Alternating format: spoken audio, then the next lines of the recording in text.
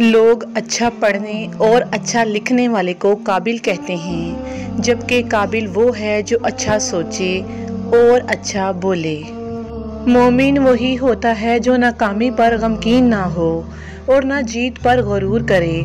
मोमिन हमेशा तकवा का रास्ता इख्तियार करता है, फिर कोई इसका रास्ता नहीं रोक सकता। मर्द का काम औरत को समझना नहीं, इसको महसूस करना, इसकी हिफाजत करना, इससे मोहब्बत करना और इसकी इज्जत करना।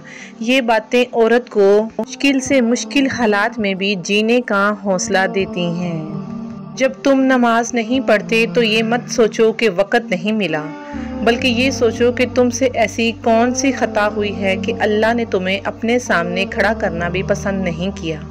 ऐ अल्लाह, हम तेरी पनाह चाहते हैं हर बुरे दिन से, हर बुरी रात से, आने वाले दिनों की आफतों, बलाओं, मुसीबतों, परेशानियों, गमों, फिक्रों, दुखों और हर किस्म की बीमारियों से।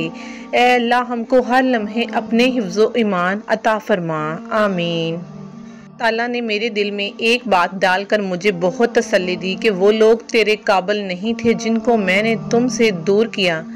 तब मैंने जाना कि अल्लाह के फ़ैसले बहुत अजीम होते हैं। इस सोच और इंतज़ार कि दूसरा भी अच्छा हो और हम हमेशा अच्छे क्यों बने, यकीन करें दूसरे के अच्छे होने के इंतज़ार में हम अपना अच्छा वक़्त और अच्छाई का मौका खो देते हैं। रसूलुल्लाह सल्लल्लाहु अलैहि वसल्लम ने फरमाया, अल्लाहुम्मा अहसनता हल्की फ़ अहसनी खुलूकी। ए अल्लाह, जिसे तूने मेरी सूरत को अच्छा बनाया, बस तू मेरे अखलाक को भी अच्छा बना दे।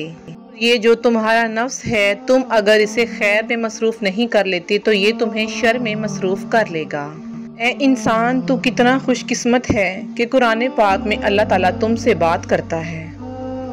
अल्लाह दुख से भरी दास्तान को बड़े ध्यान से सुनता है, कुछ गमों को मिटा भी देता है और कुछ उलझने सुलझा भी देता है। लेकिन अगर सारे के सारे गम सुलझ जाएं, तो आदमी और उस अल्लाह के दरमियान में बातचीत बंद हो जाती है। अगर रूह में हया ना हो तो रंग बरंगे हिजाब भी काम नहीं देते।